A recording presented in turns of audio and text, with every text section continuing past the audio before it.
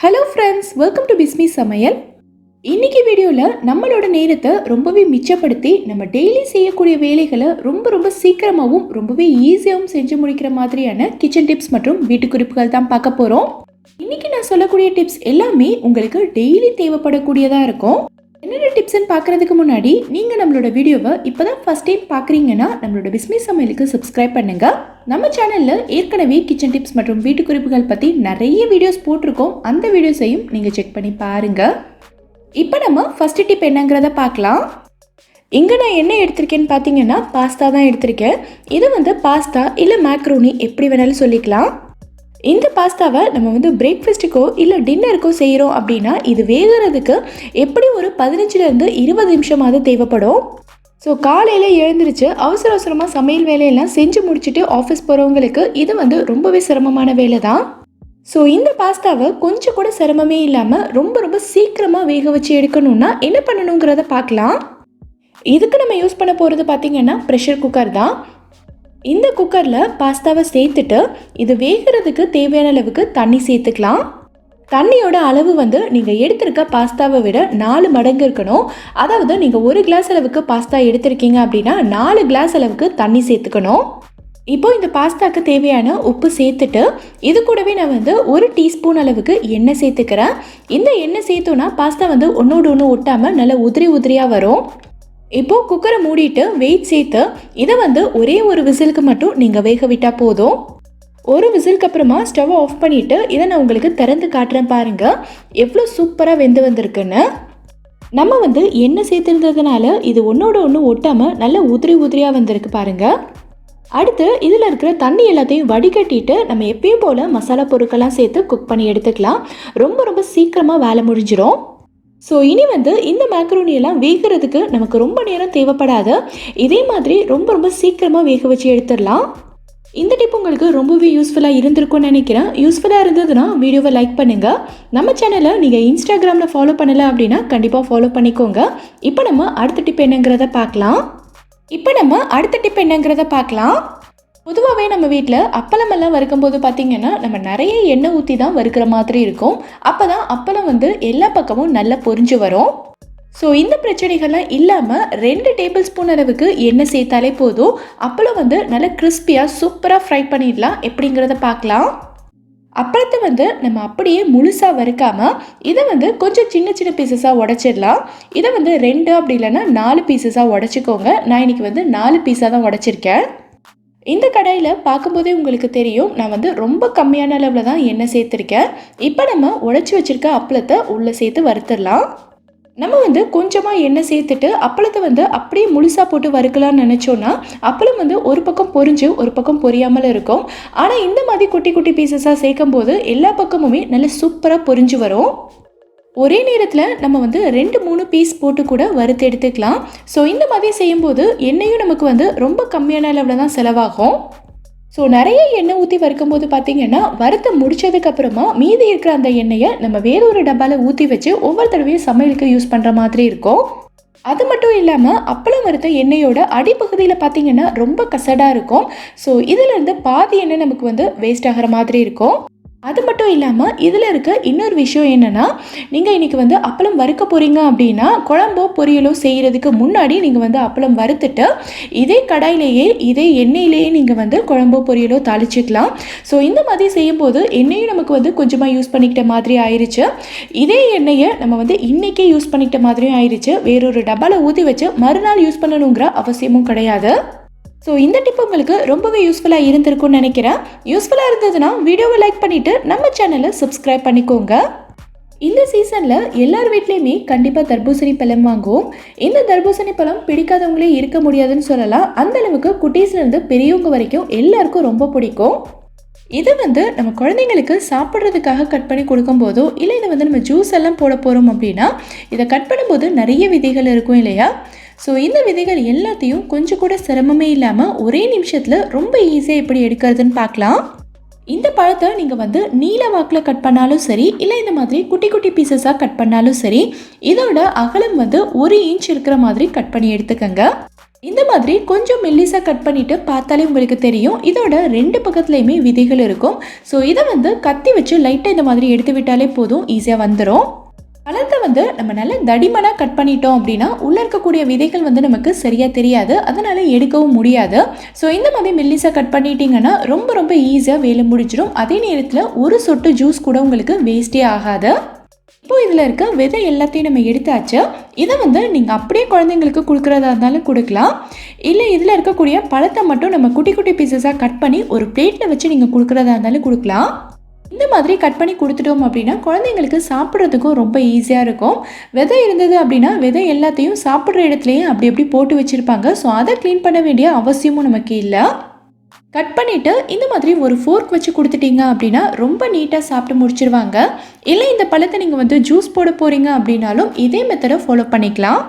இந்த டிப் உங்களுக்கு யூஸ்ஃபுல்லாக இருந்திருக்கும்னு நினைக்கிறேன். இப்போ நம்ம அடுத்த டிப் என்னங்கிறத நம்ம எல்லார் வீட்லேயுமே காயெல்லாம் கட் பண்ணுறதுக்கு இந்த மாதிரி மர கட்டிங் போர்டு வந்து வச்சுருப்போம்.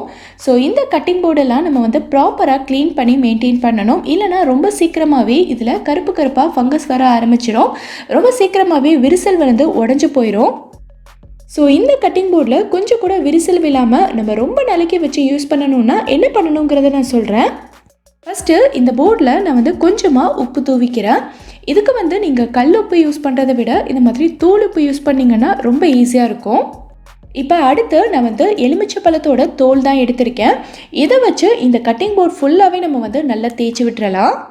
நம்ம வந்து லெமன் ஜூஸ் எல்லாம் போட்டதுக்கப்புறமா அந்த லெமனோட தோலை வேஸ்ட்டாக கீழே தான் தூக்கி போடுவோம் இல்லையா?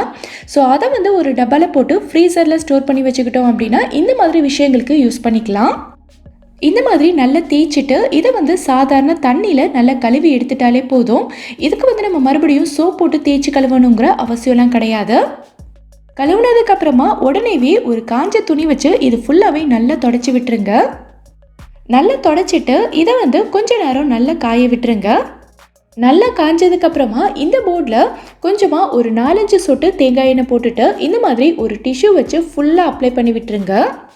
இந்த தேங்காய் எண்ணெய்க்கு பதிலாக நீங்கள் வந்து ஆலிவ் ஆயில் கூட யூஸ் பண்ணிக்கலாம். இந்த மாதிரி கட்டிங் போர்ட் மெயின்டைன் பண்ணுறதுக்காகவே கடைகளில் வந்து நிறைய எண்ணெய்கள் கிடைக்குது.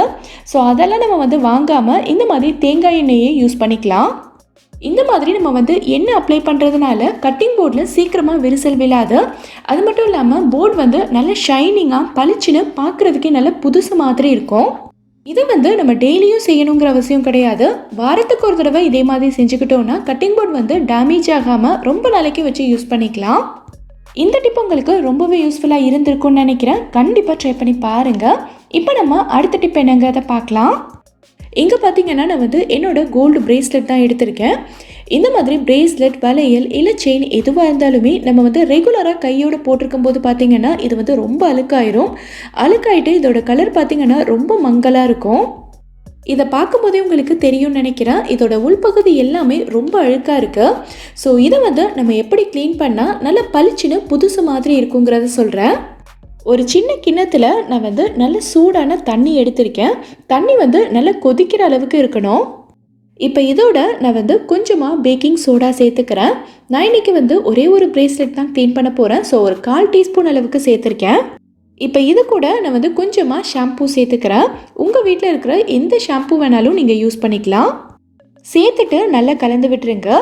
நான் இன்றைக்கி சேர்த்துருக்க ஷாம்பூவில் அதிகமாக நுர வராது. ஸோ பார்க்குறதுக்கு இந்த மாதிரி தான் இருக்கும். இப்போது இதில் பிரேஸ்லெட்டை போட்டுட்டு இதை வந்து ஒரு 20 நிமிஷத்துக்கு அப்படியே ஊற விட்டுறலாம். 20 நிமிஷம் நல்லா ஊறினதுக்கப்புறமா இந்த மாதிரி ஒரு பழைய டூத் ப்ரஷ் எடுத்துக்கோங்க. இந்த ப்ரஷ்ஷோட பிரிசில்ஸ் வந்து ரொம்ப சாஃப்டாக இருக்கணும். நீங்கள் ஹார்டான ப்ரஷ் எடுத்துட்டீங்க அப்படின்னா உங்களோட நகையில் நிறைய ஸ்க்ராச்சஸ் விழுந்துடும். இப்போ இதை வச்சு லைட்டாக தேய்ச்சி விடுங்க. இதில் வந்து நம்ம சோடா உப்பு, ஷாம்பூவெல்லாம் சேர்த்து ஊற வச்சுருந்ததுனால இந்த அழுக்கு எல்லாமே ரொம்ப ஈஸியாக கலண்டு வரும். இதை லைட்டாக தேய்க்கும் போதே உங்களுக்கு நல்ல டிஃப்ரென்ஸ் தெரியும். ஸோ எல்லா பக்கமும் நல்லா தேய்ச்சிட்டு இதை தண்ணியில் கழுவி எடுத்துருங்க. இந்த தண்ணியை பார்க்கும்போதே உங்களுக்கு தெரியும் எவ்வளோ அழுக்கு இருக்குன்னு. ஸோ இதை வந்து நம்ம கீழே கொட்டிட்டு மறுபடியும் நல்ல தண்ணி பிடிச்சி நல்லா அலசி எடுத்துக்கலாம். ஸோ இந்த மாதிரி செஞ்சிங்கனாலே போதும், நகை வந்து நல்லா பளிச்சுன்னு புதுசு மாதிரி இருக்கும். ஸோ நீங்களும் இதே மாதிரி கண்டிப்பாக ட்ரை பண்ணி பாருங்கள். ரொம்பவே யூஸ்ஃபுல்லாக இருக்கும். இப்போ நம்ம அடுத்த டிப் என்னங்கிறத பார்க்கலாம். நம்ம எல்லார்கிட்டேயுமே இந்த மாதிரி நிறைய ஹேண்ட்பேக்ஸ் இருக்கும். இந்த பேக்கெல்லாம் பார்த்திங்கன்னா நம்ம வாங்கி புதுசாக யூஸ் பண்ணும்போது பார்க்குறதுக்கே நல்லா பளிச்சுன்னு இருக்கும். ஆனால் நாளாக நாளாக பார்த்திங்கன்னா இதோட கலரெல்லாம் நல்லா மங்கிட்டு ஒரு மாதிரி வெளுத்து போயிருக்கும். ஸோ இந்த மாதிரி பேக்கெல்லாம் எவ்வளோ நாளானாலும் சரி இதோட கலர் கொஞ்சம் கூட மாறாமல் நல்லா பளிச்சுன்னு புதுசு மாதிரி இருக்கணும்னா என்ன பண்ணணுங்கிறத நான் சொல்கிறேன். ஒரு சின்ன கிண்ணத்தில் நான் கொஞ்சமாக தேங்காய் எண்ணெய் சேர்த்துருக்கேன். தேங்காய் எண்ணெய் ஒரு 2-3 சொட்டு எடுத்தாலே போதும். இந்த தேங்காய் எண்ணெய்க்கு பதிலாக நீங்கள் ஆலிவ் ஆயில் கூட யூஸ் பண்ணிக்கலாம். அது யூஸ் பண்ணாலும் ரொம்ப நல்ல ரிசல்ட் கிடைக்கும். இப்போ இது கூட நான் கொஞ்சமாக வினிகர் சேர்த்துக்கிறேன். வினிகர் சேர்த்துட்டு இது ரெண்டத்தையும் நல்லா கலந்து விட்டுக்கோங்க. இப்போ இந்த மாதிரி ஒரு சின்ன துணி எடுத்துட்டு நம்ம ரெடி பண்ணி வச்சுருக்க சொல்யூஷனை தொட்டு இந்த பேக் ஃபுல்லாகவே நல்லா தொடச்சி விட்டுறலாம். பேக்கோட அடிப்பகுதி, கைப்பிடி, ஜிப் எல்லா இடத்துலையுமே இதை வச்சு நல்லா அழுத்தி தொடச்சி விட்டுருங்க. மறுபடியும் இந்த மாதிரி ஒரு காஞ்ச துணி வச்சு இது ஃபுல்லாகவே நல்லா தொடச்சி விட்டுட்டிங்கனாலே போதும். பேக் பார்க்குறதுக்கு நல்ல பளிச்சுன்னு புதுசு மாதிரி இருக்கும். நம்ம எத்தனை புது பேக் வாங்கினாலும் சரி, ஒரு சில பேக்கெல்லாம் பார்த்திங்கன்னா நமக்கு ரொம்ப ஃபேவரட்டாக இருக்கும். எவ்வளோ நாளானாலும் அதை தூக்கி போடுறதுக்கு மனசே வராது. ஸோ அந்த மாதிரி பேக்கெல்லாம் நம்ம இப்படி மெயின்டைன் பண்ணிக்கலாம். இந்த டிப் உங்களுக்கு ரொம்பவே யூஸ்ஃபுல்லாக இருந்திருக்கும்னு நினைக்கிறேன். இது சூப்பராக ஒர்க் அவுட் ஆகும். நீங்கள் கண்டிப்பாக ட்ரை பண்ணி பாருங்கள். இப்போ நம்ம அடுத்த டிப் என்னங்கிறத பார்க்கலாம். நம்ம வீட்டில் வாழைப்பழம்லாம் வாங்கி கொஞ்ச நேரம் ஆயிடுச்சு அப்படின்னாலே நல்லா பழுத்துரும். ஸோ பழம் ரொம்ப பழுத்துருச்சு அப்படின்னா வீட்டில் இருக்கிற யாருமே இதை சாப்பிட மாட்டாங்க. இந்த பழத்தை பார்க்கும்போதே உங்களுக்கு தெரியும் ரொம்ப கனிஞ்சிருச்சு. ஸோ இதை நம்ம கொஞ்சம் கூட வேஸ்ட் பண்ணாமல் வீட்டில் இருக்கிற எல்லாரும் விரும்பி சாப்பிட்ற அளவுக்கு ரொம்ப ரொம்ப சூப்பராக மாற்றிடலாம். இங்கே நான் 3 வாழைப்பழம் எடுத்திருக்கேன். இதை ஒரு மிக்ஸி ஜாரில் சேர்த்துக்கிறேன். இப்போ இது கூடவே நான் அரைக்கப்பளவுக்கு சுகர் சேர்த்துக்கிறேன்.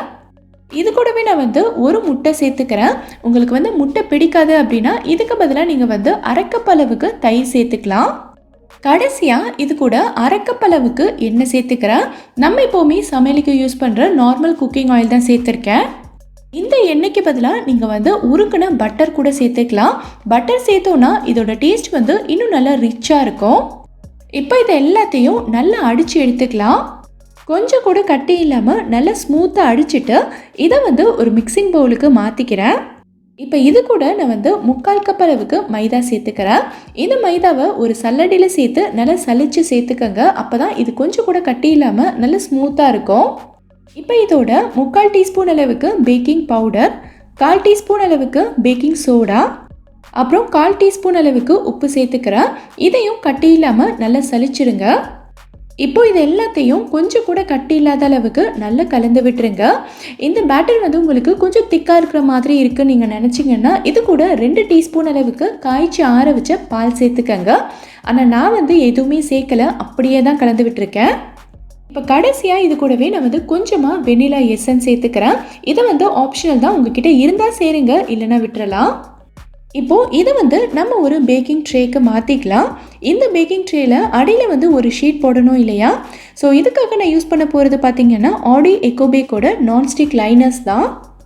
இதை நம்ம கட் பண்ணணுங்கிற அவசியம்லாம் கிடையாது. அவங்களே கட் பண்ணி நல்லா ரவுண்ட் ஷேப்பில் கொடுத்துருப்பாங்க. இது நிறைய சைஸஸில் கிடைக்கிது. 6 இன்ச், 7 இன்ச், 8 இன்ச், அப்புறம் 9 இன்ச் வரைக்கும் இருக்குது.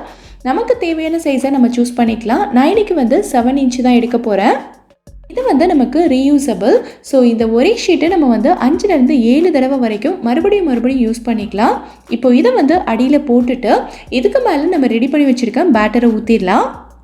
இதை நீங்கள் குக்கரில் பேக் பண்ணி எடுக்கிறதா இருந்தாலும் பண்ணலாம். ஆனால் நான் இன்றைக்கி இதை அவனில் தான் பேக் பண்ண போகிறேன். ஸோ அவன் 200 டிகிரி செல்சியஸில் 4 நிமிஷத்துக்கு ப்ரீஹீட் ஆகிருக்கு. ஸோ இதை நம்ம உள்ளே வச்சுட்டு இன்னும் ஒரு 16 நிமிஷத்துக்கு பேக் பண்ணிக்கலாம்.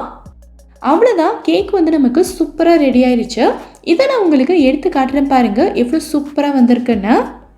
நம்ம பனானா கேக் நல்ல சாஃப்டாக அவ்வளோ வாசனையாகவும் நல்ல டேஸ்ட்டாகவும் வந்திருந்தது. ஸோ இதை நீங்களும் கண்டிப்பாக ட்ரை பண்ணி பாருங்கள், உங்களுக்கும் ரொம்பவே பிடிக்கும். இப்போ நம்ம அடுத்த டிப் என்னங்கிறத பார்க்கலாம். நம்ம வீட்டில் இந்த மாதிரி டேட்ஸ் எல்லாம் வாங்கி வச்சுருப்போம் குழந்தைங்களுக்கு கொடுக்கறதுக்காக. ஆனால் குழந்தைங்க பார்த்திங்கன்னா இந்த டேட்ஸை சாப்பிடவே மாட்டாங்க. நம்ம ரொம்ப கம்பல் பண்ணி கொடுக்குற மாதிரி தான் இருக்கும். இந்த மாதிரி டேட்ஸ் எல்லாம் நம்ம சாப்பிடாம ரொம்ப நாளைக்கு அப்படியே இருக்கிறதுனால இதில் என்ன ஆகும்னா இந்த டேட்ஸில் குட்டி குட்டி புழு வண்டெல்லாம் வர ஆரம்பிச்சிடும். இந்த டேட்ஸ் வந்து நீங்கள் வெளியில் பார்க்குறதுக்கு நல்லா இருக்கிற மாதிரி தான் இருக்கும். பட் நீங்கள் வந்து ஓப்பன் பண்ணி பார்த்தீங்கன்னா தெரியும், இந்த இடத்துல குட்டி குட்டி புழு, வண்டு இதெல்லாம் வந்து இருக்கும். ஸோ நீங்கள் வந்து சாப்பிட்றதுக்கு முன்னாடியோ இல்லை குழந்தைங்களுக்கு கொடுக்கறதுக்கு முன்னாடியோ இந்த மாதிரி ஒரு தடவை ஓப்பன் பண்ணி பார்த்துட்டு அதுக்கப்புறமா நீங்கள் வந்து கொடுங்க. டேட்ஸ் வாங்கி ரொம்ப நாள் ஆயிடுச்சு அப்படின்னா நமக்கு இந்த மாதிரி குட்டி குட்டி புழு, வண்டெல்லாம் வர ஆரம்பிச்சிடும். ஸோ இந்த மாதிரி பிரச்சனைகள்லாம் வராமல் இருக்கிறதுக்கு நம்ம என்ன பண்ணணுங்கிறத பார்க்கலாம். இதுக்கு நம்ம யூஸ் பண்ண போகிறது பார்த்திங்கன்னா நம்ம வீட்டில் எப்போவுமே இருக்கிற சோம்பு தான். இந்த சோம்புலேருந்து கொஞ்சமாக எடுத்து நம்ம டேட்ஸ் போட்டு வச்சுருக்க டப்பாவில் நல்லா தூவி விட்டுருங்க. தூவி விட்டுட்டு ஒரு தடவை நல்லா குலுக்கி விட்டுட்டிங்கன்னா எல்லா சைடுமே நல்லா பரவிடும்.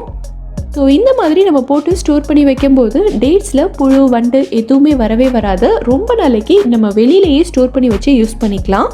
இந்த டிப் உங்களுக்கு ரொம்பவே புதுசாகவும் யூஸ்ஃபுல்லாகவும் இருக்கும்னு நினைக்கிறேன். இந்த வீடியோவில் நான் சொல்லியிருக்க டிப்ஸ் எல்லாமே உங்களுக்கு ரொம்பவே யூஸ்ஃபுல்லாக இருந்திருக்கும்னு நினைக்கிறேன். இதிலேருந்து ஏதாவது ஒரு டிப் உங்களுக்கு யூஸ்ஃபுல்லாக இருந்தாலும் மறக்காமல் எனக்கு கமெண்ட்டில் சொல்லுங்கள். இந்த வீடியோ பிடிச்சிருந்தா லைக் பண்ணுங்கள். உங்கள் ஃப்ரெண்ட்ஸ், உங்கள் ஃபேமிலி மெம்பர்ஸ்க்கு இந்த வீடியோ யூஸ்ஃபுல்லாக இருக்கும்னு நினச்சிங்கன்னா கண்டிப்பாக ஷேர் பண்ணுங்கள். மறக்காமல் நம்ம பிஸ்மி சமையலுக்கு சப்ஸ்கிரைப் பண்ணிவிட்டு பக்கத்தில் இருக்க பெல் ஐக்கான் கிளிக் பண்ணி அதில் ஆல்ங்கிற ஆப்ஷனையும் செலக்ட் பண்ணுங்கள். தேங்க்யூ.